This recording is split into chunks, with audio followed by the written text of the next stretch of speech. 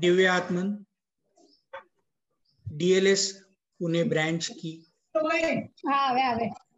आपको संक्षेप में परिचय करने के लिए मैं यहाँ उपस्थित हूँ।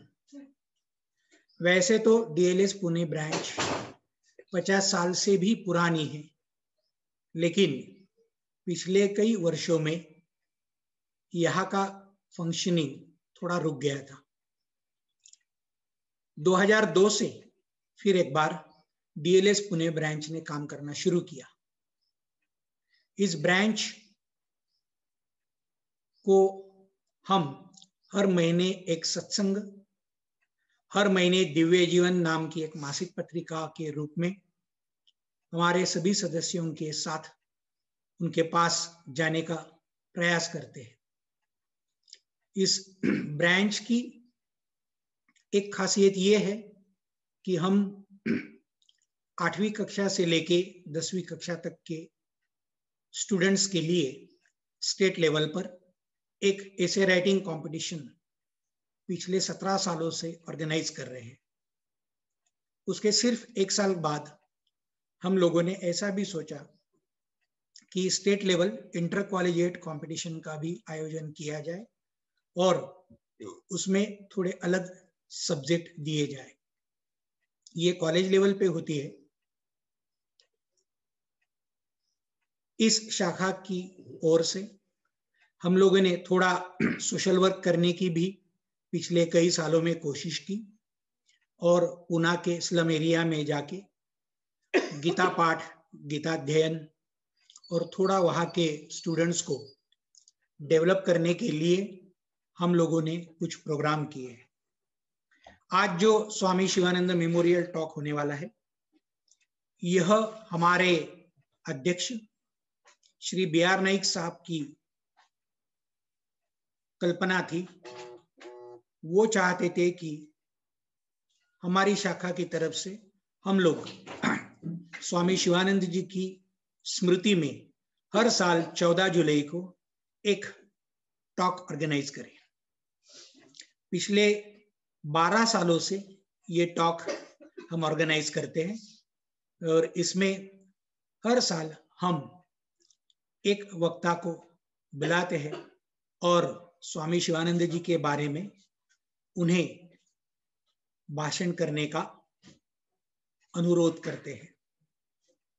पिछले साल कोरोना वश हम लोग इस मेमोरियल टॉक का आयोजन नहीं कर पाए, लेकिन जैसे ही हम लोगों ने ऑनलाइन मंथली सत्संग शुरू किया, तब इस साल भी ये मेमोरियल टॉक ऑर्गेनाइज करने की हमारे दिमाग में आइडिया आई और पिछले महीने में मैंने श्री दवे जी से संपर्क किया और उन्हें रिक्वेस्ट की कि क्या आप इस मेमोरियल टॉक में इस साल डीएलएस पुणे ब्रांच के हमारे सभी सदस्यों को आप संबोधित करेंगे। यह काम उन्होंने तुरंत स्वीकार कर लिया।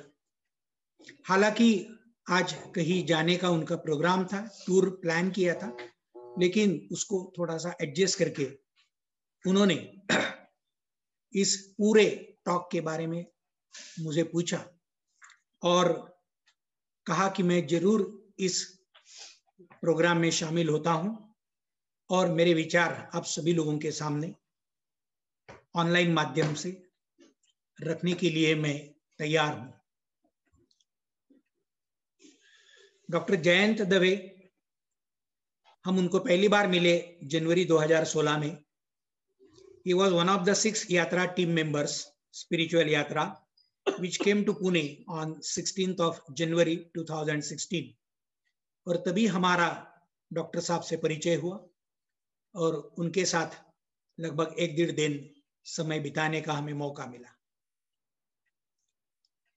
उसके तुरंत बाद उन्होंने मई 30 से लेके जून 1 तक 3 दिन की एक डीएलएस वेस्ट कॉन्फ्रेंस का वडोदरा में आयोजन किया था। ही वॉज द कन्वेनर और उस वक्त उन्होंने इच्छा व्यक्त की थी कि ये जो वेस्ट कॉन्फ्रेंस है ये अगर गुजरात और महाराष्ट्र, ये डीएलएस के 2 राज्यों से अगर इसका आयोजन किया जाए तो अच्छा होगा। और इससे हम सहमत हुए और मुझे एक अच्छा मौका मिला। मैं इस 3 दिन की कॉन्फ्रेंस में वडोदरा में शामिल हुआ था। डॉक्टर दवे एकेडमिशियन भी है और उन्हें कॉर्पोरेट बैकग्राउंड भी है और दोनों क्षेत्रों में उनका परफॉर्मेंस पार एक्सीलेंस रहा है। लेकिन उनकी सही पहचान होती है डिवाइन लाइफ सोसाइटी से। उन्होंने कई स्पिरिचुअल लेक्चर्स दिए हैं आज तक। वैसे भी उनके महाविद्यालय की तरफ से, उनकी यूनिवर्सिटी की तरफ से उन्हें प्रोफेशनल और साइंटिफिक सब्जेक्ट्स पे वेरियस प्लेटफॉर्म्स पे बुलाया जाता है। बाय द वे आपको बता दूं कि डॉक्टर दवे साहब है वो फार्मास्यूटिकल बैकग्राउंड से आते हैं और इसी क्षेत्र में उन्होंने अपना पीएचडी किया है और भारत की कई फार्मा बैकग्राउंड की संस्थाओं के साथ वो एक्टिवली जुड़े हैं। टाइम्स ऑफ इंडिया और इकोनॉमिक टाइम्स में स्पीकिंग ट्री कॉलम के लिए वो लिखते हैं, रिव्यूज लिखते हैं। और हिज होलीनेस स्वामी शिवानंद सरस्वती ने जो डिवाइन लाइफ सोसाइटी का शुरुआत किया है ऋषिकेश में, उसकी वडोदरा ब्रांच में डॉक्टर दवे साहब एक्टिवली काम करते हैं और हम 2016 से उनके साथ संपर्क बनाए हैं। डीएलएस पुणे ब्रांच की तरफ से मैं उनका हार्दिक स्वागत करता हूं। कोरोना नहीं होता तो शायद हम उन्हें यहाँ पुणे में बुलाते और आज तक जितने भी हमारे शिवानंद मेमोरियल टॉक 1-on-1 हुए हैं, उसी प्रकार अगर हम उनको भी पुणे में बुला के सुनते और उस वक्त हम लोगों ने करीबन 100, 150, 200 लोगों का ऑडियंस जो देखा है, जो पुणे के गीता धर्म मंडल में या अन्य जगह पर जहां पर भी हमने आयोजन किया है पिछले 10-12 सालों में, तो हम उनको बिल्कुल सुनना पसंद करते। लेकिन जो अभी हालात है उसको मद्देनजर रख के हमने सोचा कि पिछले साल इस मेमोरियल टॉक को हम ऑर्गेनाइज नहीं कर सके, लेकिन इस साल इस स्मृति व्याख्यान का आयोजन हम करेंगे। तो मैं दवे साहब से विनती करता हूं कि वो अपना स्मृति व्याख्यान शुरू करें। उन्होंने जो टॉपिक सजेस्ट किया था वो हम सभी लोगों को बहुत पसंद आया, क्योंकि स्वामी शिवानंद सरस्वती को उनके दूसरे एक शिष्य की नजरों में, उनके परसेप्शन में स्वामी कृष्णानंद सरस्वती की तरह देखना और उनके बारे में, उनके विरल व्यक्तित्व के बारे में थोड़ी जानकारी हम सबको मिले, ये सब्जेक्ट डॉक्टर दवे ने हमें सजेस्ट किया और हमारी पुणे ब्रांच ने उसे स्वीकार किया। तो ओवर टू यू। मैं सभी को रिक्वेस्ट करता हूं कि अपने माइक म्यूट कर दे और दवे साहब से रिक्वेस्ट करता हूं कि वो अपना मेमोरियल टॉक शुरू करें। हरिओम। सदाशिवसमारम्भां शंकराचार्य मध्यमाम् अस्मदाचार्य पर्यन्तां वन्दे गुरु परम्परां नारायण समारम्भाम् आचार्यत्रय मध्यमाम् अस्मदाचार्य पर्यन्तां वन्दे गुरु परम्परां नाहं कर्ता हरिः कर्ता तत्पूजा कर्म चाखिलं यद्यत् कर्म करोमि तत्तदखिलं शंभो तवाराधनम्। ओम नमो भगवते शिवानंदाय। ओम नमो भगवते चिदानंदाय। ओम नमो भगवते कृष्णानंदाय। आज के पावनकारी कार्यक्रम में, जो कि स्वामी शिवानंद जी महाराज हमारे जो गुरुवर्य है, इनका महासमाधि दिवस है और उसके अंतर्गत ये divine life society Pune branch की ओर से ये 12वां ज्ञान सत्र का आयोजन किया जा रहा है। तो उनमें सूक्ष्म रूप से उपस्थित गुरुदेव स्वामी शिवानंद जी महाराज के चरण कमल में हम प्रणाम करते हैं। साथ साथ गुरु महाराज स्वामी श्री चिदानंद जी महाराज और उनके दूसरे पट्ट शिष्य स्वामी श्री कृष्णानंद जी महाराज के श्री चरणों में भी हम सादर प्रणाम करते हैं। उसके साथ साथ divine life society Pune branch के प्रमुख के रूप में जिन्होंने बहुत महत्वपूर्ण सेवा प्रदान की है, ऐसे श्री BR नायक जी की, जो स्वामी शिवानंद जी महाराज के संपर्क में रहे, उनसे मार्गदर्शन प्राप्त किया, प्रेरणा प्राप्त किया, और उनके पिताश्री स्वामी शिवानंद जी महाराज के शिष्य थे। वो सभी को हम पुण्य स्मरण करके सभी को हम नमस्कार करते हैं। उसके साथ साथ डॉक्टर नितिन देशपांडे जी और Pune divine life society branch के जो भी सदस्य है, और साथ साथ गुरुदेव के जो भी साधक गण है, शिष्य गण है, अनुयायी गण है और आध्यात्मिक साधक वर्ग है, इन सभी के अंतःकरण में विराजमान अंतर्यामी परमात्मा को नमस्कार करते हैं। मैं बहुत बड़ा सौभाग्य समझता हूँ कि गुरुदेव स्वामी शिवानंद जी महाराज की महासमाधि दिन पर ये कार्यक्रम में कुछ विचार रखने का अवसर प्राप्त हुआ है। आज के विषय में हम ऐसा सोच रहे हैं, जैसे डॉक्टर नितिन देशपांडे जी ने बताया कि स्वामी शिवानंद जी महाराज के जीवन इतना परवेजिव है कि इसको सही तरीके से समझना बहुत मुश्किल है। तो इनके पट्ट शिष्य स्वामी कृष्णानंद जी महाराज ने इनके विषय में क्या कहा है, इसका हम थोड़ा संशोधन करें। उसके बाद में वो भी कृष्णानंद स्वामी जी महाराज ने भी बहुत सी बातें बताई है स्वामी जी के विषय में, लेकिन आज एक ऐसा विषय इनमें से पसंद करना है जो स्वामी शिवानंद जी महाराज के जीवन में मेरी समझ के अनुसार, मेरी रुचि के अनुसार सबसे ज्यादा महत्वपूर्ण है, और उस पहलू से मैं सबसे ज्यादा प्रभावित हुआ हूँ। स्वामी जी के तो बहुत से पहलू थे। एक आदर्श विद्यार्थी थे, एक आदर्श व्यवसायी थे, एक आदर्श भक्त थे, एक आदर्श ज्ञानी थे, बहुत कुछ थे, क्या नहीं थे, आदर्श कर्मयोगी थे।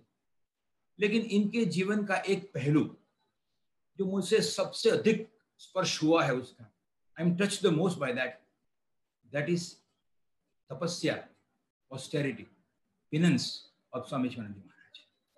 तो कृष्णानंद स्वामी जी महाराज की जो किताब है, जो हेडक्वार्टर से पब्लिश हुई है, सेशंस विद आश्रम रेसिडेंस, इनमें से एक तीसरा चैप्टर जो है स्वामी जी का, कि तपस्या ऑफ स्वामी शिवानंद, इसको केंद्र स्थान में रख के कुछ बातें स्वामी जी ने बताई है, इसमें से उसका विहंगावलोकन करने का प्रयत्न करेंगे। आगे ये तपस्या के बारे में भगवत गीता हमें क्या मार्गदर्शन करती है, इसकी थोड़ी सी चर्चा करेंगे। और बाद में स्वामी शिवानंद जी महाराज के जीवन का वो पहलू या वो भाग जिसको 1000 बार सुनने में भी हमें थकावट नहीं होगी, वो संन्यास ग्रहण करने के बाद उनका जो तपश्चर्यामय जीवन रहा, जब तक कि डिवाइन लाइफ सोसाइटी की स्थापना हुई 1924 से लेकर 1936 तक, उसकी कुछ विशेष बात है जो बहुत बहुत पसंद है। और आप लोगों ने ऋषिकेश से भी गए होंगे, तब सामने स्वर्गाश्रम के पास जो कुटिया है, जहाँ स्वामी जी ने तपश्चर्या किया था, एक बहुत बड़ा पवित्र स्थान है। उनमें स्वामी जी के क्या अनुभव रहे, इसका थोड़ा सा अवलोकन करेंगे। और उनको जीवन की अंतिम प्राप्ति, उपलब्धि प्राप्त हुई रियलाइजेशन की, इसके विषय में स्वामी चिदानंद जी महाराज हमें क्या मार्गदर्शन करते हैं। क्योंकि स्वामी शिवानंद जी महाराज के जीवन में बहुत से पहलू है, लेकिन उस पर्टिकुलर एस्पेक्ट में स्वामी चिदानंद जी महाराज ने ऐसा एक लिखा है, उनका जो पुस्तक है सीक द बियॉन्ड, उसमें कि गोइंग बियॉन्ड समाधि, अभी हम तो समाधि तक की नहीं पहुंच पाते हैं, तो ये कहना कि गोइंग बियॉन्ड समाधि बड़ा अजीब का शीर्षक लगता है। तो स्वामी जी क्या कहना चाहते हैं, कि गोइंग बियॉन्ड द समाधि जो स्वामी जी ने स्थिति प्राप्त की और किस तरह से हम सब उस जगह पे पहुंच सकते हैं, ये इसका चौथा भाग होगा। तो ऐसा कुछ विचार मन में हुआ है कि इस प्रकार की बात हम करें। सबसे पहले कृष्णानंद स्वामी जी महाराज का जो मूल्यांकन कहे या उनका जो रजुआत कहे, इसको हम कहेंगे, और वो थोड़ा सा फिलोसॉफिकल हो सकता है और बाकी की बातें है बहुत सरल होगी। तो अब ये मत मानिए कि जैसे कोई बहुत एब्स्ट्रैक्ट बातें होगी यहाँ पे, लेकिन पहले वहां से शुरू करते हैं जो स्वामी जी ने कहा। अब स्वामी जी ने कहा कि जैसे तपस्या और स्वामी शिवानंद जी महाराज, इनके विषय में उन्होंने ये कहा कि उपनिषद और वेद हर एक जगह पे ऐसा लिखा है कि जो गॉड मतलब देवता जो होते वो तप करते हैं। हमने भी देखा है कि भगवान शिव जी होते हैं नित्य निरंतर अपना किसी चीज का ध्यान कर रहे हैं। तो ये देवता है, ये किस चीज का ध्यान करते हैं और ये मतलब तप करना का क्या मतलब है। जैसे कहते हैं कि तपह अतप्यत, ये भी तैत्तिरीय उपनिषद का एक अच्छा सा वाक्य है और जिसमें ऐसा कहा गया है कि कॉन्सेंट्रेटेड हिमसेल्फ इन थॉट, मतलब पहले जैसे भृगु ऋषि को बोलते हैं कि भी आप अन्नमय हो, फिर बाद में प्राणमय, बाद में मनोमय, विज्ञान, ऐसी बातें करते, इस प्रकार से आत्मा तक ले जाते हैं। तो ये तपश्चर्या जो है, इसका मतलब हम क्या करते हैं कि जैसे बहुत कम खाना, बहुत कम पीना, बहुत कम बोलना, केवल ध्यान करना, क्या यही तपस्या है कि तपस्या का और भी कोई मतलब है? तो स्वामी जी ने अपनी एक मौलिक शैली में, स्वामी जी की जो भाषा है वो बहुत ही लिंग्विस्टिक फ्लेवर बहुत ज्यादा होती है, उसमें समझना भी काफी कठिन होता है। तो ये लिखा है कि तपस्या is concentration of consciousness. I am repeating for you, तपस्या इज कॉन्सेंट्रेशन ऑफ कॉन्शियसनेस। हालांकि हमारी चेतना जो है बिखरी हुई है, इसका सघन करना, इसका एकत्रीकरण करना। हमारी चेतना हर कोई जगह पे बिखरी हुई है, हमारी सब शक्ति, it is all dissipated in different directions. इसी को कैसे कॉन्सेंट्रेट करके हम जो परम तत्व है इसके प्रति हम अनुलक्षित करें। तो ये बात तपस्या की एक व्याख्या है। और ये भी उन्होंने कहा है कि जीवन के कोई भी पहलू में, चाहे वो व्यावसायिक जीवन हो, सामाजिक जीवन हो, आध्यात्मिक जीवन हो, सफलता तभी प्राप्त होगी जब हमारे जीवन में तपस्या है। अगर तपस्या नहीं है तो हमारे जीवन में पूर्णतः सफलता कभी प्राप्त नहीं हो सकती है। और स्वामी शिवानंद जी महाराज के जीवन में से अगर एक भी ये तपस्या के गुण को भी अगर हमने स्वीकार कर लिया तो मानो हमारा जीवन धन्य हो जाएगा। अभी आगे स्वामी जी ने लिखा है कि जैसे ईश्वर जो थे, जैसे उपनिषद में लिखा है कि पूरा सृष्टि का सृजन किया, वैसे तो प्रकृति के आधार लेके करते हैं, लेकिन ब्रह्म को ही ये जगत का उपादान और निमित्त कारण कहते हैं। उपादान मतलब इन्हीं के ही कॉन्स्टिट्यूशन से जगत बना है, और निमित्त कारण मतलब सृष्टि उत्पन्न करने का उनमें ज्ञान था, उनकी शक्ति थी। That is how this world came into being. तो जैसे ईश्वर ने ये सृष्टि का सृजन किया, बाद में उनको देखा कि बड़े संतुष्ट हुए कि सृष्टि ठीक हुए। स्वामी लिखा है कि just patted him on the back, मतलब वो खुद इससे संतुष्ट हुए कि सृष्टि बहुत ठीक हुई है। तो क्यों ऐसा हुआ? पूर्णम अदः पूर्णम इदः पूर्णात् पूर्णम पूर्णमुदच्यते, ये परमात्मा परिपूर्ण है, तो इनके द्वारा सृष्टि का जो सर्जन हुआ है वो भी परिपूर्ण ही होगा।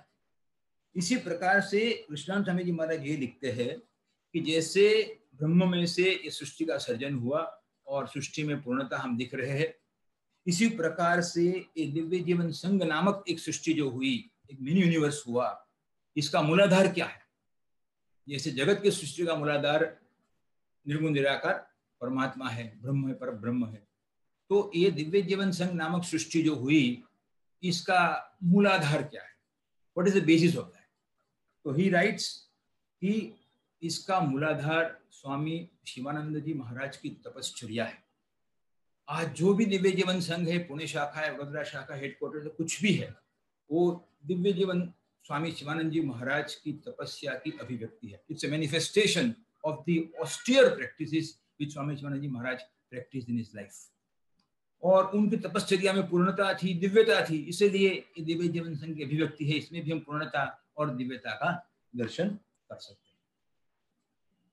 स्वामी जी ने कुछ और बातें बताई है और ये भी कहा है कि Swami Shivanand ji Maharaj used to say that DLS is in heart of every human being, every aspirant. ईश्वरं सर्वभूतानां हृदयेऽर्जुन तिष्ठति. हालांकि इनके जो भी साधक है, इनके हृदय में दिव्य जीवन संघ है. और जैसे हम जानते हैं कि दिव्य जीवन संघ के हमारे मुख्यत्वे 4 योग हम कहते हैं, कर्म योग, भक्ति योग, ज्ञान योग, ध्यान योग. Serve, love, give, purify, meditate, realise. और जब हम सदस्य होते हैं तो सत्य, अहिंसा, ब्रह्मचर्य वगैरह बोलते हैं. कृष्ण स्वामी जी महाराज ने एक अलग अंजाम से, एक अलग दृष्टि से कहा है कि उसके फाउंडेशंस क्या है. तो स्वामी जी ने डिवाइन लाइफ सोसाइटी के फाउंडेशन, मतलब नींव जो है, इसके बारे में 4 बातें बताई. एक लिखा है कंसंट्रेशन ऑफ फीलिंग. हालांकि हमारी जो भावनाएं है, इसका एकत्रीकरण करना, इसको सघन करना, उसको एकत्रित करना. तो हमारी जो फीलिंग्स है वो इधर उधर डिसिपेट हो नहीं जाए, उसकी शक्तियां बिखर नहीं जाए. तो एक पहली बात हुई कि हमारी भावनाओं का एकत्रीकरण करो. दूसरा लिखा है इंटीग्रिटी ऑफ योर पर्पस. हालांकि हमारा जो हेतु है, चाहे वो संसार का हो या जीवन का हो, कुछ भी हो, उसकी अखंडितता हो, उसमें एक सूत्रता हो, यूनिफिकेशन हो. यही बस लक्ष्यांक है, बार बार इसको बदला नहीं जाए. फाइन ट्यूनिंग हो सकता है, लेकिन मुख्य रूप से हमारा जो पर्पस है वो निश्चित होना चाहिए. तीसरी बात है स्टेबिलिटी ऑफ योर विल. हालांकि हमारी इच्छा शक्ति है, इसमें स्थैर्यता हो, स्थिरता हो. हम जानते हैं कि हमारे इच्छा शक्ति बहुत है, लेकिन इसमें सातत्य नहीं. आज ये, कल ये, परसों है, एक दिन में कितनी बार हमारी विल्स बदल जाती है. तो that kind of a weak will is not going to lead us anywhere. There has to be a consistency, सातत्य इन दैट. और fourth thing he said is the totality of your outlook. जीवन के प्रति एक समग्रतया आपकी दृष्टि क्या है. इन 4 पहलू को अगर हम मिलाते हैं तो न केवल दिव्य जीवन संघ, मैं समझता हूं कि हमारे कोई भी व्यवसायिक जीवन हो, व्यवहारिक जीवन हो, सामाजिक जीवन हो, इसकी ये नींव समान है. तो ये इन्होंने बताया. अभी आगे थोड़ी सी बात करते हैं. तो उन्होंने कहा, उसी में एक ही आर्टिकल की बात करता हूँ. जैसे वो तो इतना अगाध सागर है स्वामी जी का जीवन, जैसे एक समुद्र होता है, तो इसको पूरा तो हम कभी नहीं देख पाएंगे, मतलब पूरा इसमें कुछ लाभ नहीं ले पाएंगे. लेकिन किसी जगह पे एक लहर पे स्नान किया हमने, तो पूरे समुद्र में स्नान हुआ ऐसा लगा. ऐसी बात यहाँ पे. और वो लिखते हैं कि स्वामी शिवानंद जी महाराज वो आउट एंड आउट स्पिरिचुअल, मतलब जो कुछ थे आध्यात्मिक ही थे. उनके जो मुख्य बात यही थी कि वो an embodiment of the pure spirit, and there is nothing in him but spirit. And external activities of his life and the variety of the performances like writing were all manifestations of the spirit. मुख्य रूप से आत्मा को ही, आत्म रूप से ही अपने को जानते थे. दूसरों दर्दियों की सेवा करते थे, तभी वो आत्म रूप से ही दर्शन करते थे. और जैसे किसी को हम पत्र वगैरह संबोधन लिखते हैं तो हमेशा use to always write radiant immortal Atman. किसी भी व्यक्ति को वो हमेशा आत्मन रूप करके ऐसे बुलाते. तो जैसे इनके एक मतलब बहुत जाने माने शिष्य नहीं थे, लेकिन एक उनके सन्यासी शिष्य स्वामी अशेषानंद जी का, तो कभी कभी हमारे घर पे आते थे. तो मैं देखता था कि वो जब भी कागज लिखेंगे तो जैसे कोई आदमी अपने जैसा है तो उनको ब्लेसेड आत्मन लिखेंगे, और अगर कोई बड़े आदमी इनको रिस्पेक्ट आत्मन लिखेंगे. तो हमने भी इस बात को स्वीकार किया कि किसी को भी संबोधन करे तो ब्लेसेड आत्मन कहे, रिस्पेक्ट आत्मन. ऐसी छोटी छोटी बात हमें हर एक व्यक्ति में से ग्रहण करनी चाहिए. तो पूरी अपने आप को आत्मरूप से देखा, जगत को भी आत्मरूप से देखा. तो ये इनके जीवन की बात थी. और एक कहा स्वामी जी ने कि ये तपस्या is not the this only requirement of the religious recluse. केवल साधु के लिए नहीं है, हर कोई व्यक्ति को अपने जीवन में अपनाना है. अभी एक और बात जो बहुत वेदांतिक है, और मैं बहुत सरल शब्द में इसको कहना पसंद करूंगा कि जीव, जगत और जगदीश, ये 3 घटक को हम सब देखते, हम सब अनुभव करते हैं. और वो स्वामी जी ने लिखा है कि जगत हमसे अलग नहीं है और जगदीश हमसे ऊपर नहीं, ऐसी भाषा में लिखा है इंग्लिश में. तो इसका मतलब क्या हुआ कि 3 घटक कैसे हो गए. जब निर्गुण निराकार परमात्मा सच्चिदानंद चैतन्य एक ही है तो फिर 3 घटक आए कैसे. तो वेदांत में ऐसे समझाते हैं कि सबसे पहले वो जो चैतन्य है वो मानो कि 2 हो गए. कैसे 2 हो गए. एक माया के साथ जब इनका संगठन हुआ, माया उपहित चैतन्य, माया नाम की उपाधि के साथ जब इनका मिलन हुआ, तब ईश्वर बने जो पूरी सृष्टि का संचालन करते हैं. और इसी ईश्वर के द्वारा ही, मतलब ये कहेंगे जगत की उत्पत्ति हुई, स्थिति हुई, लय हुआ वगैरह, जिसको हम बोलते हैं क्रिएटर, सस्टेनर, डिसॉल्वर, ये सब ईश्वर का कार्य है. और माया का एक भाग जिसको हम अविद्या कहेंगे, अविद्या के साथ चैतन्य का जब मिलन हुआ तभी इसको हम जीव कहेंगे। हालांकि जीव और ईश्वर में तात्विक रूप से कोई फर्क नहीं है, दोनों चैतन्य रूपी है, लेकिन एक में माया के उपहित है, दूसरा अविद्या के उपहित है। तो दो सत्ता दिखती है लेकिन वास्तव में एक ही है। इसलिए जीव ब्रह्म में ना परह, ईश्वर और जीव में तात्विक रूप से कोई फर्क नहीं है, ऐसा है। और आगे देखें तो जैसे मानो कि ये दो बड़े छोटे भाई हो गए, ईश्वर और जीव, या पिता पुत्र हो गए, इस प्रकार से मानो तो अलग नहीं है। लेकिन जैसे जीव ने मान लिया कि मैं अलग हूं, जैसे कोई अपने संत ने मान लिया मैं पिता से अलग हूं, या छोटे भाई ने मान लिया मैं बड़े भाई से अलग हूं, तो ये सृष्टि जो पूरी जगत जो है वो जैसे ईश्वर का घर है, इनका अबोर्ड है।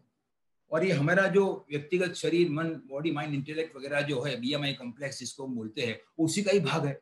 लेकिन हमने मान लिया कि हमारा घर अलग है और इसीलिए हम अपने आप को जगत से अलग अनुभव करते हैं। हालांकि वेदांत की भरी भाषा में अगर हम समझे तो ये जीव और ईश्वर ये चैतन्य की दो अभिव्यक्ति है जो अनुभूति करते हैं, और वो विषय जो उनका क्षेत्र है वो जगत है। वो एक तरफ व्यष्टि है जो हमारा शरीर, मन, बुद्धि वगैरह है, और दूसरी तरफ से समष्टि है। तो ये भी आगे यही देखना है हमें कि ये जो हमारा व्यष्टि शरीर है वो समष्टि शरीर से भिन्न नहीं है, हमारा व्यष्टि मन है वो समष्टि मन से भिन्न नहीं है, तभी तो इंट्यूशन होता है, अदरवाइज इंट्यूशन कैसे होता है। और इसी प्रकार से हमारा व्यष्टिगत बुद्धि है वो समष्टि बुद्धि जिसको महत बोलते हैं उससे अलग नहीं है। तो ये सर्जन की प्रक्रिया जो हम समझते उपनिषद में, इसका थोड़ा सा बयान मैंने किया कि यही ब्रह्म जो है वो ईश्वर के रूप में विद्यमान है, जीव के रूप में विद्यमान है, इनके बीच में तात्विक रूप से कोई फर्क नहीं है, उपाधि का ही केवल फर्क है। और उपाधि हमारी व्यष्टि है, इनकी समष्टि है। तो उपाधि को समष्टि में मिलाना है, व्यष्टि को समष्टि में मिलाना, इसी को भगवद्गीता में यज्ञ बोलते हैं। तो ये बात हो गई। एक और अभी एक और चीज बताई स्वामी जी ने कि इस सब चीज को, जीव जगत जगदीश को एक हम कैसे मानेंगे, हमें क्या करना पड़ेगा उसके लिए। तो वैसे तो बहुत कुछ जटिल बातें हैं, लेकिन ये बहुत सरल शब्द में कहूँ तो उसमें ऐसा लिखा है कि भगवान ने सृष्टि का सर्जन किया, मतलब क्रिएटर जो भगवान, जो जिसको तटस्थ लक्षण बोलते हैं वेदांत में, और जिस तरह से वो सृष्टि को देखते हैं, इस तरह से अगर हम सृष्टि को देखें तो मानो हमारा सब कर्म संपूर्ण हो गया और ये सब जो हमारे साधन है सिद्ध हो जाएंगे। लेकिन भगवान या ईश्वर जिस तरह से सृष्टि को देखता है, क्या इस तरह से हम सृष्टि को देखते हैं? और अध्यात्म ग्रंथ में तो ऐसे दो भाषा है कि ईश्वर सृष्टि, जीव सृष्टि है। तो जो भी हमें प्राप्त हुआ है, जैसे हमारा शरीर प्राप्त हुआ है, हमारा मन प्राप्त हुआ है, हमारी बुद्धि प्राप्त हुई है, क्या जीव सृष्टि है? ये ईश्वर सृष्टि है, वो ईश्वर ने बनाया, हम जीव सृष्टि नहीं है उसमें। लेकिन इस चीज को अपने अंदाज से देखना, अपने राग द्वेष से देखना, समझना, ये जीव सृष्टि हुई। भगवान ने जो भी कुछ सर्जन किया है वो जीव सृष्टि नहीं है। तो हम भी ईश्वर सृष्टि के भाग है, और जैसे भगवान इस सृष्टि को देखता है ऐसे हम देखें। कृष्ण जी महाराज का एक दूसरा भी किताब है कि थिंकिंग इन टोटालिटी। तो इसी प्रकार से भगवान जब सृष्टि को देखेंगे अपना एक अंतर्गत भाग के रूप में देखेंगे। ये नहीं सोचेंगे कि मैं उनसे अलग हूँ। जैसे कोई ब्रिक है बिल्डिंग में, तो वो नहीं सोचेंगे बिल्डिंग से मैं अलग, वो समझे कि मैं बिल्डिंग ही। लेकिन हम जगत को हमसे भिन्न देखते हैं। तो ये इनकी हमारी दृष्टि जो है उसका हमें एकत्रीकरण करना है। और एक और बात, दो और बात ले लेते हैं स्वामी जी के इस विषय में से। एक ये है कि अध्यात्म दृष्टि, हालांकि हमारी जो भी दृष्टि आज जीवन के प्रति है, संसार के प्रति है, व्यवसाय के प्रति है, उसमें आध्यात्मिक दृष्टि नहीं है। तो स्वामी शिवानंद जी महाराज का मुख्य लक्ष्यांक ये था कि स्पिरिचुअलाइजिंग ऑफ द ह्यूमैनिटी। जैसे चिदानंद स्वामी जी महाराज ने एक अपनी किताब में लिखा है कि महात्मा गांधी जी और बहुत से लोगों ने हमें स्वराज्य दिलवाया और स्वराज्य के लिए पुरुषार्थ किया, तो political independence was important, but आत्म स्वराज्य was even more important, and that was the task which was taken upon by Swami Shivanand ji Maharaj. तो ये आध्यात्मिकरण की जो बात है वो तो स्वामी जी ने बहुत सी किताब में लिखा है कि जैसे उनका ये भी है कि भाई पूरी आध्यात्मिक साधना के 3 ही पहलू है। एक जैसे हम कहे कि दुर्गुणों का उपार्जन करे, सद्गुणों का, मतलब सद्गुणों का उपार्जन करे, दुर्गुणों का विसर्जन करे, हरि नाम ले, and spiritualisation of all activities. हमारी सभी प्रवृत्ति को आध्यात्मिकरण करें, हालांकि इसको ईश्वर के साथ जोड़ दें, और जो भी चीज ईश्वर के साथ जुड़ जाती है इसको हम पवित्र कहते हैं। तो पवित्रता और शुद्धि 2 शब्द है हमारे शास्त्र में। तो शुद्धि वो होती है जहां जो चीज है वही, और कोई चीज मिलावट नहीं, उसको शुद्धि बोलते हैं। और पवित्रता वो होता है कि जहाँ पे ईश्वर का चैतन्य का इसमें संस्पर्श हो। जैसे गंगा जी है तो भगवान के पैरों से निकलती है, तो वो पवित्र हमेशा रहेगी, चाहे शुद्ध कभी नहीं रहे पोल्यूशन से, लेकिन पवित्रता इससे कभी कॉम्प्रोमाइज नहीं होगी। तो हमारे पूरे जीवन का आध्यात्मिकरण करें, और जिस प्रकार से उन्होंने कहा कि उसी modicum in whatever degree we can look the way the world is the ईश्वर is looking at the world, that will make our life spiritual. और एक लास्ट बात जो मैंने पहले आपको अभी बताई कि हम जो इंडिविजुअल है इसको यूनिवर्सल की ओर जाना है। जैसे ये अपना व्यष्टि है तो समष्टि की ओर जाना है। तो पहली हमारी बात यह होगी कि इंडिविजुअल टू यूनिवर्सल। लेकिन चिदानंद सिंह जी महाराज का जो किताब है उसमें लिख रहे थे universal to universal, universal is talking to universal. अगर मैं भी जगत की ओर देखता हूँ तो मैं अपने आप को यूनिवर्सल मानूं, मैं अपने आप को इंडिविजुअल नहीं मानूं।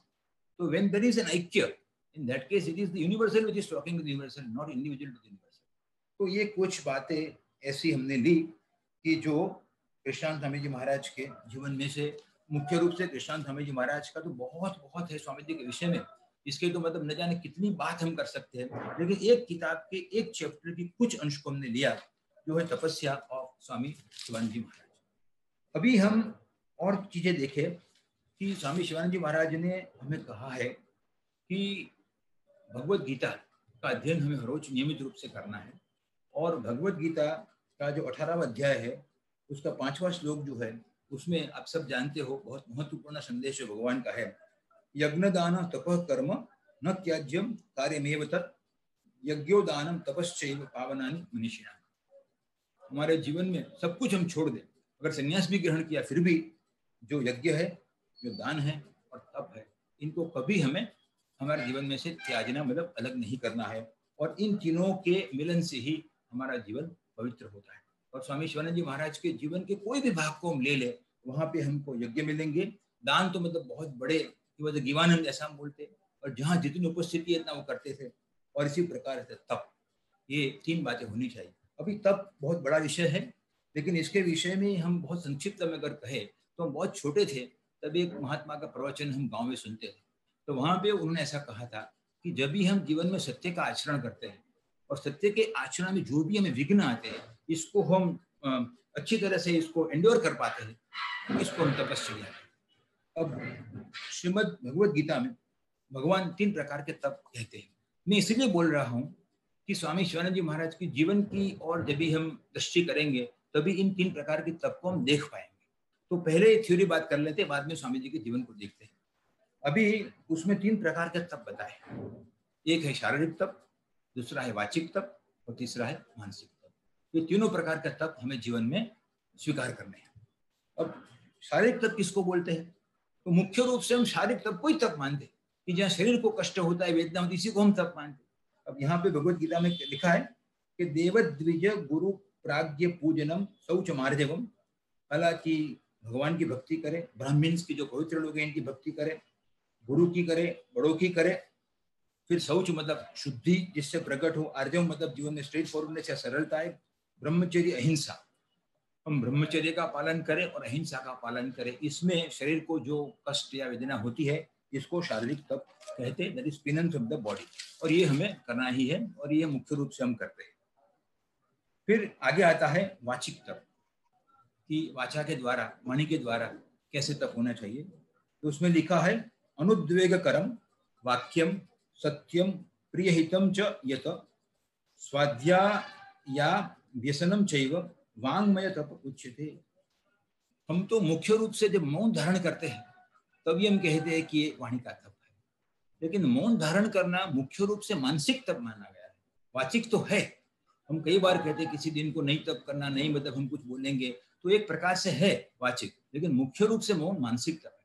तो वाचिक तप में क्या क्या आते हैं कि हमारे शब्द ऐसे हो जिससे किसी को उद्वेग न हो, जो सत्य को प्रतिपादित करने वाले हो, जो प्रिय मतलब अच्छे लगे किसी को, एग्रीएबल हो, हित मतलब हितकारी हो, फिर स्वाध्याय मतलब स्टडी ऑफ द स्क्रिप्चर्स, और chanting of the divine name, जो जीवा से हम ईश्वर का नाम का स्मरण करें। ये सब भगवत गीता में वांग्मय तप बताया है। और एक है मानसिक तप। तो मानसिक तप क्या होता है? ये सबसे श्रेष्ठ तप है। तो वहां पे लिखा है मन प्रसाद, मेरा मन प्रसन्न रहे। ये ईश्वर की सबसे बड़ी भक्ति है अगर हम कर पाते हैं, और हम अपने आप को सोचेंगे कि हमारा मन कब तक और कहाँ तक प्रसन्न रहता है। अगर मन प्रसन्न रहता है तो सब कुछ है। अगर मन प्रसन्न नहीं है तो और कोई भी उपलब्धि हो, इसका हमें जीवन में पूर्णता आनंद कभी प्राप्त नहीं होगा। सौम्यत्व, एक प्रकार की जेंटलनेस हो हमारे व्यक्तित्व में, मौन हो, आत्मविनिग्रह, control of mind and senses Swami ji कई बार बोलते थे। हालांकि वो कंट्रोल ऑफ माइंड बोलते थे, लेकिन कई बार ऐसा भी कहा है कि मन का हमें स्वामित्व होना है, उसका नियंत्रण करना वो तो एक साधारण बात है, लेकिन वो भी हम नहीं कर पाते, इसलिए मन का नियंत्रण ऐसा बोलते हैं। मुख्य रूप से मन का स्वामित्व है। भाव संशुद्धि, हम अपने आप को सोचे कि हमारे हृदय में हमारा जो भाव है इसकी संशुद्धि कितनी है। ये सब जो है ये मानसिक तप है, ऐसा कहा गया है। और आगे के श्लोक में भी कहा गया है कि इन सभी प्रकार के तप को अगर हम पूरी श्रद्धा से करें और कोई भी व्यक्तिगत अपेक्षा के बिना अगर हम करें तो ही हमें सबसे बड़ा फायदा होगा। और इसी को सात्विक तप कहते हैं। हालांकि राजसिक तप भी होता है, तामसिक तप भी होता है, और जगत के जो लोग होते हैं इस प्रकार के तप करते भी हैं। तो ये तपश्चर्या जो है वो स्वामी जी के जीवन की इट्स अ मास्टर की। तो ऐसे कोई हमारे गुरु, इसलिए मैं नहीं इस प्रकार से बोलता हूँ, लेकिन मैंने बहुत संत महात्मा बहुत के चरित्र देखे हैं और बहुत श्रद्धा से पढ़े हैं, लेकिन ये जो उनकी जो ऑस्टेरिटी जो मैंने उनके जीवन में देखी है, इसका मैंने पर्याय कहीं भी नहीं देखा। मैं बहुत प्रामाणिक रूप से इस बात को आपसे कह रहा हूँ। तो स्वामी शिवानंद जी महाराज का जीवन तो इतना सुंदर है कि जैसे एक किताब है कि Swami Shivanand a modern says, इसमें स्वामी शिवानंद जी महाराज के विषय में इतना सुंदर सुंदर लिखा है। लेकिन आज हम केवल इतने भाग को ही लेंगे कि जो मुख्य रूप से तपस्या उनको संन्यास ग्रहण करने के बाद जो 12 साल में लिया वो कैसे किया, इसी की हम बात करेंगे, क्योंकि इतना समय नहीं हमारे पास कि इसकी पूरी चीज को हम चर्चा करें, लेकिन इतनी चीज को हम थोड़ा डिस्कस करेंगे। स्वामी जी का जन्म 1987 में हुआ, आप सब जानते हो। एक अच्छे आदर्श विद्यार्थी रहे, पिताजी के साथ भगवत भक्ति करते थे, बहुत प्रेम था उनको। तांजोर मेडिकल कॉलेज में इनका ग्रेजुएशन हुआ, ये MBBS तबीब बने, जो मॉडर्न सिस्टम ऑफ मेडिसिन है उनके। बाद में उन्होंने आयुर्वेद का, होम्योपैथी का भी काफी प्रचार प्रसार किया, because he was the man of synthesis, लेकिन मुख्य रूप से वो मॉडर्न सिस्टम ऑफ मेडिसिन के तबीब बने। उसके बाद डिसेमिनेशन ऑफ नॉलेज उनके जीवन का लक्ष्यांक पहले से रहा। तो medical knowledge, health hygiene and dietetics वगैरह का प्रचार प्रसार करने के लिए इन्होंने एम्ब्रोशिया नाम का एक मैगजीन का एडिटिंग किया, जो 1999 से 1913 मतलब 4 साल तक किया। तो बहुत कठिनाई होती थी उनको, केवल 3 रुपीस उसका एडवर्टीजमेंट का मिलता था, फिर भी कुछ उसमें से रकम अपने मातृश्री को दे पाते थे, लेकिन पढ़ने वाले बहुत कम थे और वैसे कोई बहुत बड़ा उनका उपयोग नहीं था। तो उनको लगा स्वामी जी को जैसे उसमें कोई बहुत उपलब्धि नहीं हो रही है। उनको अवसर प्राप्त हुआ कि अभी आज हम जिसको मलेशिया बोलते, वहाँ मलाया बोलते थे, वहाँ पे हमारे बहुत से भारतीय लोग जाते थे, खेत मजदूर थे वहाँ पे, तो बहुत दरिद्र अवस्था में थे, इनको सेवा करने का बहुत बड़ा अवसर है। ऐसा करके वो वहाँ पे गए, एक आदर्श तबीब, एन आइडियल प्रोफेशनल, मतलब एक पूरी किताब लिखी जा सकती है, कि what should be an ideal doctor. That was his career from 1913 to 1923। 10 साल तक वो एक आदर्श तबीब के रूप में उन्होंने अपनी सेवा प्रदान की। और वहाँ पे मेडिकल सर्विसेज के साथ साथ ये आत्मवत सर्वभूतेषु, हर कोई जीव में नारायण का दर्शन करके नारायण भाव से उनकी सेवा करना, और आज के तबीब के लिए तो जैसे एक अनथिंकेबल कहा जाए, ऐसा उनका भव्य चरित्र था। एक आदर्श प्रोफेशनल थे, हर कोई प्रोफेशनल उनके जीवन में से इस चीज को सीख पाते हैं। लेकिन मुख्य रूप से इनका जन्म हुआ था वो पूरे जगत को आध्यात्मिक दृष्टि प्रदान करके, अवेकनिंग ऑफ स्लंबर, अज्ञान को स्लंबर में से बाहर निकाल के अवेकनिंग ऑफ स्पिरिचुअलिटी, ये इनका जीवन का मुख्य कर्तव्य था। वे एक संत महात्मा उनके वहाँ आए, उनके उन्होंने बहुत सेवा की, उनके पास रखा, उनको ठीक भी किया, उनके फर्स्ट क्लास टिकट वगैरह देके स्वामी जी विदाई करते थे। तो वो संत महात्मा थे, उन्होंने डॉक्टर कुप्पू स्वामी को एक किताब प्रेजेंट की, जीव ब्रह्म ऐक्य वेदांत रहस्यम, सच्चिदानंद स्वामी ऑफ कडप्पा। ये स्वामी जी को वेदांत चिंतन का उनके जीवन का सबसे पहला पहलू था। और ये जो ज्ञान होगा इसको हम क्या बोलेंगे, परोक्ष ज्ञान बोलेंगे। सबसे पहले हमें ज्ञान नहीं है किसी भी चीज का, जैसे हमें इंद्रियों से ज्ञान होता है इसको हम प्रत्यक्ष ज्ञान बोलते हैं, और जो विषय हमारे इंद्रियों के इसमें नहीं है, ग्रिप में नहीं आ सकता है, उनके लिए हम शास्त्र का आधार लेते हैं, तो परोक्ष ज्ञान हुआ। और परोक्ष ज्ञान जो होता है वो अपरोक्ष होता है, तभी इसको रियलाइजेशन बोलते हैं। तो ये परोक्ष ज्ञान की उनकी शुरुआत हुई इस पर्टिकुलर किताब से। तो स्वामी जी महाराज ने इसको पढ़ा और सतत चिंतन करते, मतलब डॉक्टर कुप्पू स्वामी ने इसको पढ़ा, चिंतन करते रहे और इनको लगा कि ये जो आदमी के शारीरिक और मानसिक जो व्याधि और आदि जिसको बोलते हैं, इसको मिटाने से परम शांति प्राप्त नहीं होती। अभी आदमी ठीक हुआ कल ठीक नहीं होगा। और हम भी देखते हैं कि मॉडर्न साइंस की वगैरह की कितनी भी लिमिटेशंस है, तो थोड़ा सा फायदा अवश्य मिल सकता है, लेकिन जब तक हम शारीरिक या मानसिक रूप से स्वस्थ नहीं तब तक आध्यात्मिक चिंतन करना भी संभव नहीं है। लेकिन ये जीवन का कोई अंतिम लक्ष्य नहीं, इससे हमें ऐसा स्वास्थ्य नहीं प्राप्त होता है, ऐसी शांति प्राप्त नहीं होती, ऐसा आनंद प्राप्त नहीं होता है वो जो हमेशा रहने वाला, which endures forever. It comes and goes, and whatever comes and goes is not ourself. Ourself हमारा चीज वो है जो हमेशा रहेगा हमारे साथ। तो सुख दुख आते जाते वो हम नहीं हो सकते। तो परमानंद ही हमारा स्वरूप है और वो मिले वो सही होगा। तो then he changed from what is called as medication to meditation. उनको लगा कि नहीं, there has to be something deeper reality, there has to be something higher reality, और उसको मुझे पहचानना है।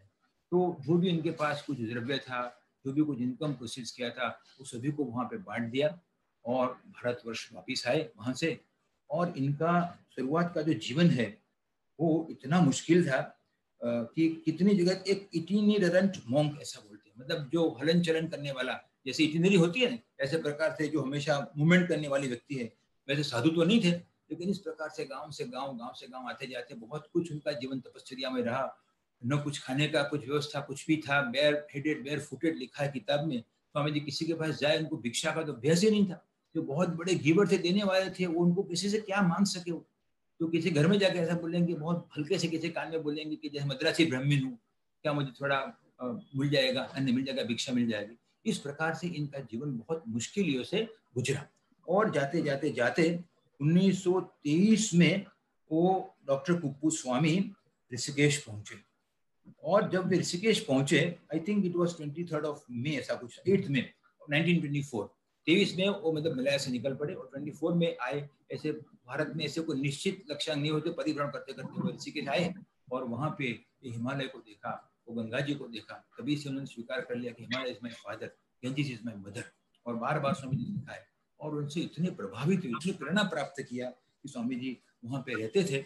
और उसी दिनों में 1 जून को 1924 में वो गंगा जी के तट पे जब स्नान कर रहे थे, तो वहाँ पे मॉर्निंग में ही, सुबह में ही एक स्वामी विश्वानंद सरस्वती, जो शंकराचार्य ट्रेडिशन के जो सन्यासी थे, वो उनको गंगा जी घाट पर मिले। उनको लगा जैसे कोई शिष्य है, शिष्य को लगा जैसे कोई गुरु है, उनको साथ ले गए। वहाँ सन्यासी ऐसा नहीं है, वो उनकी कुटिया में ले गए, उनसे कुछ बातचीत भी किया। और फिर थोड़ी देर के बाद स्वामी जी काली कमली वाले अन्य क्षेत्र में वो भिक्षा लेने के लिए गए। और जब भिक्षा लेने के लिए गए और जब भिक्षा उनको नहीं प्राप्त हुई क्योंकि वो सन्यासी नहीं थे, तो वापिस लौटे। तो फिर विश्वानंद स्वामी जी फिर से इनको मिले, इनके बीच में कुछ संवाद हुआ और उसके बाद स्वामी जी ने, वो डॉक्टर कुप्पू स्वामी थे, वो स्वामी शिवानंद जी बने। वो जगत के प्रति एक बहुत बड़ी भगवान की कृपा थी। हो सकता है भगवान ने स्वर्ग में से वो उनको पुष्पांजलि भी किया हो कि जिससे कि बहुत बड़ी आध्यात्मिक एक रेवोल्यूशन होने वाला है, ऐसा अवसर था। और उसके बाद में कैलाश आश्रम के विष्णुदेवानंद स्वामी जी थे, उन्होंने उनका विरजा होम वगैरह किया और स्वामी सन्यासी बने। स्वामी ने लिखा है कि जब भी हमारा आंतरिक परिवर्तन होता है तो ये बाह्य परिवर्तन सन्यासी का होना भी आवश्यक है, उन्होंने लिखा है। और खास तौर से जब भी किसी चीज को अगर कोई ज्ञान प्रचार प्रसार करना है, कुछ प्रीचिंग करना है, तो उन लोगों के लिए सन्यास बहुत आवश्यक है, ऐसा स्वामी जी ने लिखा है। और ये भी लिखा है याज्ञवल्क्य ऋषि बहुत बड़े ऋषि थे, फिर भी वो अंतिम अपने चरण में उन्होंने संन्यास ग्रहण किया। हमारे गुजरात के डोंगरे जी महाराज जी तो बहुत बड़े भगवान के भक्त थे, वो भी अंतिम स्वर में उन्होंने उनका वो संन्यास ग्रहण किया और इसी प्रकार से वो भी सन्यासी बने, आपत संन्यास जिसको बोलते हैं। तो ऐसी बातें हैं। अभी वो संन्यास ग्रहण किया, गुरु की अनिवार्यता रही। वो जो विश्वानंद स्वामी जी थे, उन्होंने उनको कुछ मार्गदर्शन भी किया, महावाक्य का उपदेश भी किया, लिबरेशन का भी उपदेश किया। और ये भी कहा कि वो जा रहे हैं हरिद्वार बनारस वगैरह जाना चाहेंगे। स्वामी जी ने कहा नहीं, वो वहाँ ही रहना पसंद करेंगे गंगा जी के तट पर, लेकिन वहाँ से भी उनको कुछ मार्गदर्शन सन्यासी का क्या गुण वगैरह वो देते थे। फिर वहाँ से स्वामी जी की घनिष्ठ साधना है, इसकी शुरुआत हुई। और स्वामी जी ने लिखा है कि वो अपने जीवन में ये सेवा और भक्ति दोनों का बहुत सुंदर सम्मिश्रण था।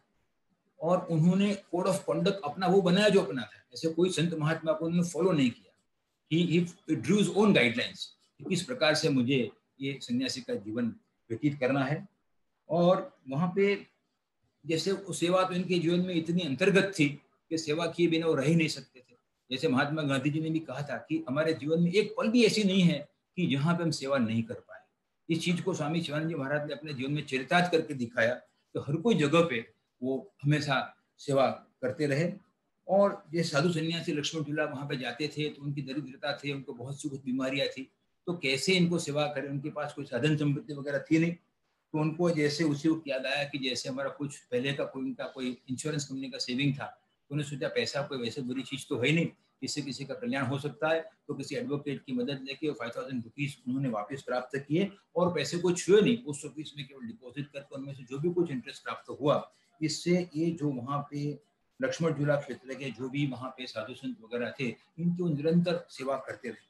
वहाँ पे एक स्वामी कालिकानंद करके जो थे, उन्होंने देखा कि कोई मलया से डॉक्टर आए हैं, बहुत सेवाभावी है, और उन्होंने स्वामी जी का मतलब संपर्क किया और वहाँ पे सत्य सेवाश्रम रुग्णालय करके लक्ष्मण झूला पे डिस्पेंसरी की शुरुआत की। वहाँ पे स्वामी जी अपने आप बहुत लोगों की एक निष्काम भाव से सेवा किया। लेकिन स्वामी जी के जीवन में ये केवल सेवा मुख्य बात नहीं थी। स्वामी जी ने तो सेवा को बहुत महत्व दिया है और ये भी कहा है कि many have risen to the magnanimous heights of divine splendor by the power of service alone, ऐसा भी कहा है। लेकिन साथ साथ सेवा के साथ इनके जीवन में ये जो सॉलिट्यूड है, एकांत है, तपश्चर्या है, इसका भी बहुत महत्व है।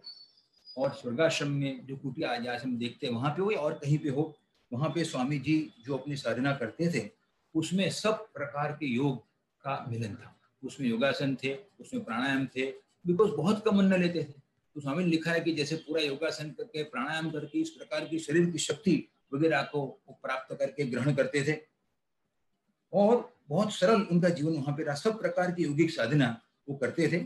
और बहुत सरल शब्द में लिखा है कि simple living, high thinking, light food, deep study, silent meditation, regular prayers, self analysis, no discussion, no debates. कई लोग ऐसा मानते हैं, मतलब वेदांत मार्ग में भी ऐसा है कि मतलब चर्चा का, संवाद का फायदा है, लेकिन स्वामी जी ने वो चीज नहीं अख्तियार की। उनका केवल अपना जो सेल्फ स्टडी था, आत्मचिंतन था, सेल्फ एनालिसिस था, वही एक प्रकार से इनका श्रेष्ठ गुरु था। इस प्रकार की सभी चीजों को स्वामी जी ने अपने जीवन में स्वीकार किया और इतनी गहरी तपस्या। स्वामी जी ने लिखा है कि meditation was the keynote of my Sadhana. He used to meditate for 8 hours, 12 hours, 16 hours। हम इतने मिनट नहीं कर पाते, 16 मिनट तक हम मेडिटेशन नहीं कर पाते थे। वो 12 घंटे 16 घंटे तक उनका ध्यान था। और ध्यान के बहुत पहलू, बहुत सी बातें हैं, लेकिन वो स्वामी जी को सबसे ज्यादा उपलब्धि उनके जीवन में जो प्राप्त हुई है वो मेडिटेशन से। अब ऐसा उनकी दिनचर्या अगर आप देखें तो सुबह 4 बजे वहां पे ब्रह्म मुहूर्त में उठ के वो गंगा जी में जाएंगे, वेस्ट स्लीप वाटर तक बैठ के वहां पे वो सूर्यनारायण के सामने जप करेंगे जब तक कि सूर्योदय नहीं हो। हम कर सकते हैं क्या कभी एक दिन भी ऐसा? और वहां से आने के बाद तुरंत वो मेडिटेशन में बैठेंगे, 9 बजे फिर कमरे में बाहर आएंगे, वहां पे जो कुछ दरिद्र गरीब वगैरह जो दर्दी लोग उनकी सेवा करेंगे। फिर बाद में और कुछ थे वन क्षेत्र में जाएंगे, फिर लक्ष्मण झूला जाके अपना जो आहार वगैरह दर्दी वगैरह का देंगे और बाद में थोड़ा सा आहार लेके फिर से मेडिटेशन। और 2 बजे गंगा जी को क्रॉस करके सामने एक लाइब्रेरी थी, क्या नाम था उसका, तो वहां पे लाइब्रेरी में जाके वो किताबें पढ़ते थे। और खास तौर से भगवत गीता है, विवेक चूड़ामणि है, अवधूत गीता है वगैरह किताब जो है स्वामी जी को बहुत, विवेक चूड़ामणि बहुत सी किताबें लिखी है, वो स्वामी जी को प्रिय थी, उसका बहुत गहरा चिंतन करते थे। मतलब और इतनी तपश्चर्या, मतलब जाएंगे अन्न क्षेत्र में तो भी ऐसे जाएंगे जैसे इनको कोई देखे नहीं, वापिस आएंगे तो इनको देखे नहीं। वो केवल हमेशा उस वक्त भी जप करेंगे। और कई बार उनको ये भी लगता था कि बार बार लोगों को आके मिले तो उनको विघ्न होता था, तो वहां से जाके 4 दिन की रूटीन उनको मिलती थी, तो 4 दिन की रूटीन उस हाथ में रख के वो ऐसा लिखा है कि गंगा जी का जल के साथ इसको मिला के स्वामी जी अपना आहार ग्रहण करते। ऐसा हम सोच नहीं सकते कि इस प्रकार की तपस्या को आदमी कैसे कर सकता है। तो ये इनके जीवन की सबसे बड़ी विशिष्टता है। और ध्यान के बाद इनको ये जो परम तत्व की प्राप्ति हुई, इनका जो जिसको हम समाधि कहेंगे, जिसको रियलाइजेशन कहेंगे, सविकल्प समाधि को, निर्विकल्प समाधि को, कुछ भी को, तो वो ज्ञान हर कोई व्यक्ति को मिले और हर कोई व्यक्ति ये स्थिति प्राप्त करे, ये स्वामी जी के जीवन की सबसे बड़ी महत्वाकांक्षा थी। तो वहां पे जैसे स्वामी जी वो करते थे इस प्रकार की चीज को, फिर इन्होंने जो उनके अनुभव प्राप्त हुए वो सोचा कि हर कोई व्यक्ति को इससे लाभ होना चाहिए। तो पहले एक व्यक्ति ने इनको 5 रुपये दिए और ये कहा कि उस भगवान के नाम पे मैं कहता हूँ कि आप इसका दूध लीजिए, इसको ग्रहण कीजिए और कुछ मत कीजिए। लेकिन फिर भी स्वामी जी ने ये सोचा कि चलो भगवान तो रक्षा करेंगे, तो उन्होंने एक 5 रुपये में से एक पैम्पलेट प्रिंट करवाए जिसका नाम ब्रह्म विद्या था। This was the first official या मतलब first original writer which Swami ji brought out in terms of Brahma Vidya. और थोड़ी देर के बाद में इनको मिला दूसरा उनका जो पब्लिकेशन था, that was metaphysics of inner man. और बाद में आर्टिकल्स देखे और फिर बहुत से आर्टिकल, किताबें, फिर बाद में पब्लिशर्स उनको ढूंढने को आए और फिर बाद में तो क्या हुआ इसको तो पूरी दुनिया जानती है। तो और आखिर में भी जब स्वामी जी की महासमाधि हुई उसके कुछ दिन पहले भी he sent maximum number of articles to maximum number of journals। पहले ऐसा नहीं किया था ऐसा। तो यही मुख्य उनके भाव थी कि ये जो पूरे उनके ध्यान के साथ जो पर ब्रह्म के साथ एकाकार स्थिति उनको प्राप्त हुई, जीव ब्रह्म ऐक्य की जो बात, जो किताब में उन्होंने पढ़ी थी, जो अपरोक्ष अनुभव उनका हुआ, वो किस प्रकार से हर कोई आदमी का हो, तो वो उनके जीवन की बहुत बड़ी भावना रही। और इसको चरितार्थ करने के लिए स्वामी जी ने ये किया। अभी समय तो कम है, लेकिन अंतिम में बहुत कम समय में मैं इस चीज को चिदानंद स्वामी जी महाराज जो उनके पट्ट शिष्य हैं, इनको ने किस प्रकार से बताई है, इसको मैं बहुत संक्षिप्त में कहने की कोशिश करूंगा। अभी ये बात हमारी बताई, पहले हमने कहा कि स्वामी ने लिखा है एक आर्टिकल में कि गोइंग बियॉन्ड समाधि, मतलब समाधि से भी आगे जाओ। तो क्या मतलब इसको समझना है, तो ये स्वामी शिवानंद जी महाराज के जो अनुभव हुए इसी की ही बात है। और वो लिखते हैं कि हम समाधि को क्या समझते हैं, कि स्वामी शिवानंद जी महाराज ने कहा कि I will like to go beyond samadhi. इसका मतलब क्या है कि जैसे हम समाधि का मतलब जैसे हम एक आसन पर बैठते हैं, मन को एकत्र करते हैं, ईश्वर में इसको जुड़ते हैं, बाद में हमें जैसे हमारा अनुभव ट्रांसेंड होता है, इंद्रिय मन से ऊपर जाते हैं, जैसे हम समय और देश से पर हो जाते हैं, हम अपने शरीर को भी भूल जाते हैं, एक प्रकार का ट्रांसेंडेंटल एक्सपीरियंस है जिसके लौकिक जगत से कोई भी संबंध नहीं है। लेकिन बोलते हैं कि समाधि कुछ समय रहेगी फिर चली जाएगी। रामकृष्ण परमहंस देव कई बार समाधि में हमेशा रहा करते थे। तो स्वामी जी ने कहा कि ये उच्चतम अवस्था हो, लेकिन एक ऐसी अवस्था होनी चाहिए जो सहज समाधि। उन्होंने कहा कि हर पल पे कोई प्रयत्न किए बिना अनायास ये हमारा समाधि का अवसर रहे, ये जीवन का लक्ष्यांक। और इसी लक्ष्यांक को प्राप्त करने के लिए बहुत सी बातें बताई। अब खाली मैं इसका केवल I am just giving index of what Swami ji explain कि इस चीज को हम कैसे प्राप्त कर सकते हैं। जो स्वामी शिवानंद जी महाराज ने पूरी साधना करके सहज समाधि की स्थिति प्राप्त की, इसको हम अपने जीवन में किस तरह से स्वीकार कर पाते हैं। तो स्वामी जी ने कहा है कि इसके विषय में कोई अगर इसका रामबाण कोई है, अगर if there is a magical remedy of bringing about this, it is constantly to be in a state of awareness of that great reality. ये परम तत्व की अवेयरनेस, सभानता हमारे मन बुद्धि कॉम्प्लेक्स में हमेशा बनी रहे। और उनके लिए स्वामी जी ने 6 बात बताई, मैं खाली इसका टाइटल बोलूंगा। सबसे पहली बात यह है, पहले 3 जो चरण है वो ऐसे हैं कि जो ज्ञान योग और ध्यान योग के मिलन जैसे, ऐसा स्वामी ने लिखा है, मैं ऐसा समझ रहा हूं इस प्रकार से। सबसे पहली बात यह है कि हम हर पल हमारे अंतःकरण में स्थित अंतर्यामी रूप से जो भगवान है इसके साथ संबंध रखें, इसी का ध्यान रखें। ये मेरे साथ है, मुझे प्रकाशित कर रहे हैं, मैं इनसे अलग नहीं हूं। ये पहली बात हुई जो हम सभी के लिए संभव है ऐसा करना। फिर दूसरी बात यह है कि ये जो अंतर्यामी रूप में परमात्मा का दर्शन मैं करता हूं वो केवल मुझ में ही नहीं, लेकिन वो सब जीव में विद्यमान है। और हम सब जानते हैं सर्वभूतस्थ आत्मानम सर्वभूतानि च आत्मनि इक्षत योग युक्तात्मा सर्वत्र समदर्शिनम। भगवद गीता का 29-30वां श्लोक 6ठे अध्याय का वही बात है कि ये चैतन्य जो हमारे में है इसको साक्षी चैतन्य बोलते हैं, और पूरे चैतन्य फैला है ब्रह्म चैतन्य बोलते हैं। तो साक्षी चैतन्य ब्रह्म चैतन्य से अलग नहीं है, दोनों एक ही चैतन्य है, इस बात को समझना है। तीसरी बात जो थी वो ये है कि न केवल हमारे में और दूसरों के बीच में चैतन्य, उसकी एकता को देखें, जगत को भी हम देखें कि वही चैतन्य से व्यक्त हुआ है। तो अनुभव करता जीव और ईश्वर नहीं, लेकिन वो ईश्वर से प्रकट हुई सृष्टि जो है उसमें भी ईश्वर का दर्शन करें, और जगत में जो जो भी चीज हम देखें वहां पे परमात्मा का दर्शन करें। तो जगत में भी परमात्मा दर्शन है। पहले 2 जीव में हुआ, सर्वजीव में 3 प्रकार की बातें हुई जो हमको इस प्रकार से ईश्वर का तत्व का हमेशा अवेयरनेस के लिए मदद रूप है, जो ज्ञान योग और ध्यान योग का सम्मिश्रण है।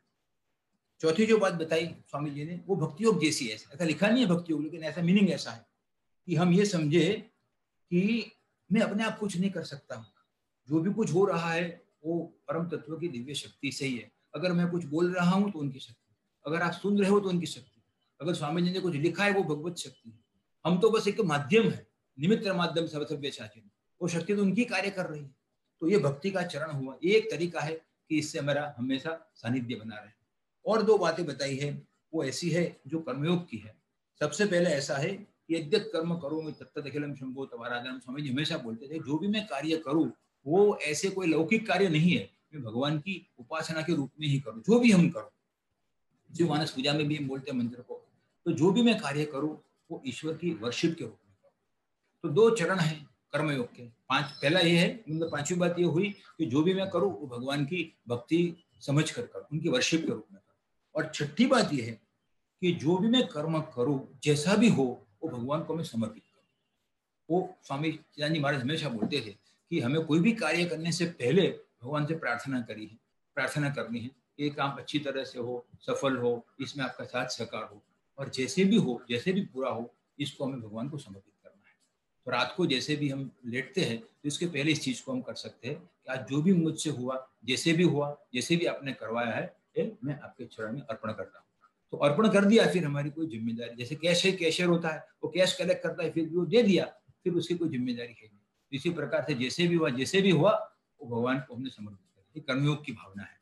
तो इसी प्रकार के 6 जो पहलू है, पद है, वो हमें भगवान का सतत सानिध्य, अवेयरनेस हमेशा करने के लिए। तो awake, arise and realize the self, ये जो उपनिषद का संदेश है यही गुरुदेव का संदेश है। लेकिन इनकी एक दृष्टि निराली थी, इनकी शैली निराली थी, उनके पास आत्मानुभव भी था और कलम का कौशल्य भी था। तो उन्होंने स्वानुभूति भी की और इस तरीके से, इतने माध्यम से, इतने किताबों से, इतने रूप में लिखा कि जो भी जैसे भी हमें स्पर्श हो, इसका हम अंगीकार करके, इसको स्वीकार करके, हमारे जीवन में भी इसको स्वीकार करके इसको आत्मसात करें। वैसे एक महान गुरु के हम शिष्य हैं, और जैसे एक जगह भी लिखा है कि वी ऑल एम्बलम्स ऑफ गुरुदेव स्वामी शिवानंद जी महाराज। स्वामी शिवानंद जी महाराज वो जगत जानेंगे जैसा हमारा जीवन है।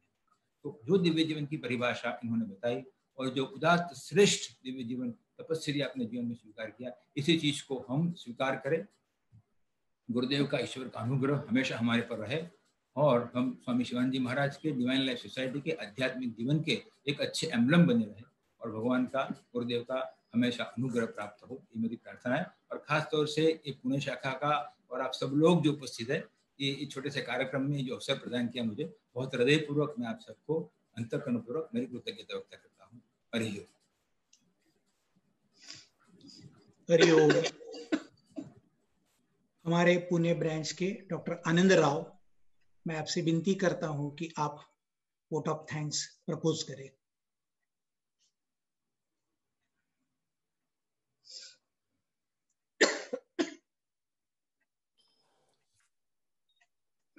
दिव्य जीवन संघ पुणे शाखा की ओर से आज हमने शिवानंद मेमोरियल लेक्चर आयोजित किया था और श्री दवे से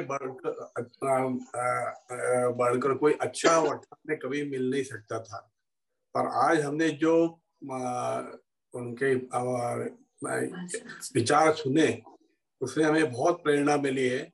तो पुणे शाखा की ओर से हम श्री दवे का बहुत बहुत आभार व्यक्त करते हैं और ये आशा भी करते हैं कि पुणे शाखा और वडोदरा शाखा आगे भी ऐसे ही संयुक्त रूप से दिव्य जीवन संघ की ऑनलाइन सेवाएं उपलब्ध कराएं और हम सबको अनुग्रहित करेंगे।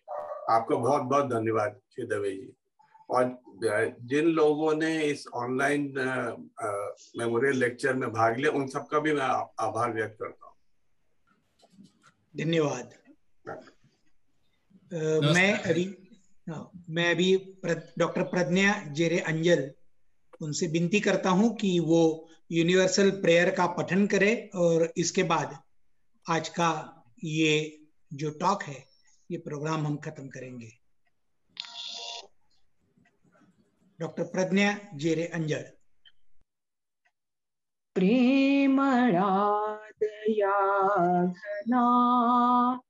तुला सहस्रवन्दना सर्वव्यापीशतु सच्चिदानन्दतु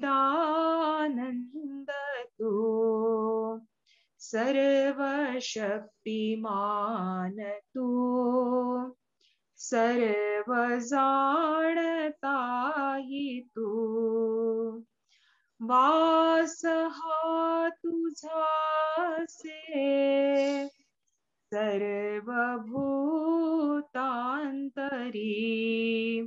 दुजा मनास जाणण्या समर्थ मन्मना करी प्रेमळा दया घना तुला सहस्र वंदना भेद भाव विसरू दे बुद्धी भक्ती तूच दे मोह बंधनातुनी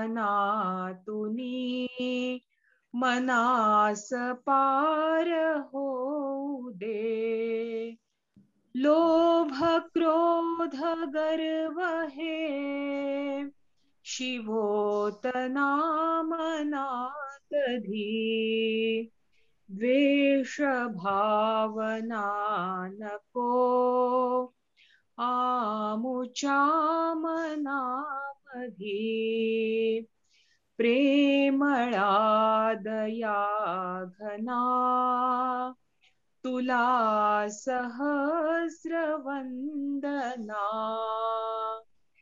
अनेक रूपी तुझा तुला सदैव पाहू दे अनेक रूपी तुझा